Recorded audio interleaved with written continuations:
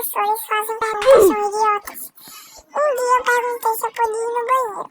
Sabe o que a professora me disse? Ela perguntou por que eu precisava ir no banheiro. E tipo, isso é muito chato. Um dia eu tava lá, eu na hora do lanche. E eu tava lá pra pegar a merinda, né? A merendeira me perguntou.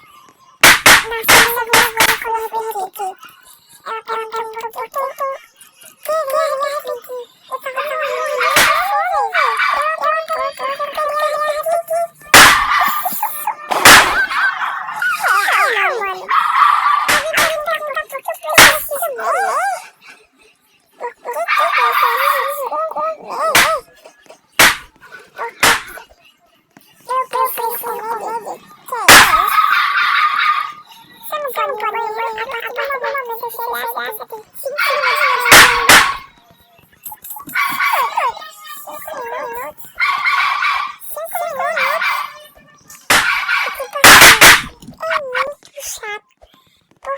depois você pode vir 2h30 e depois a hora do lanche só depois de 4h30. Um dia eu tava muito apertada e eu não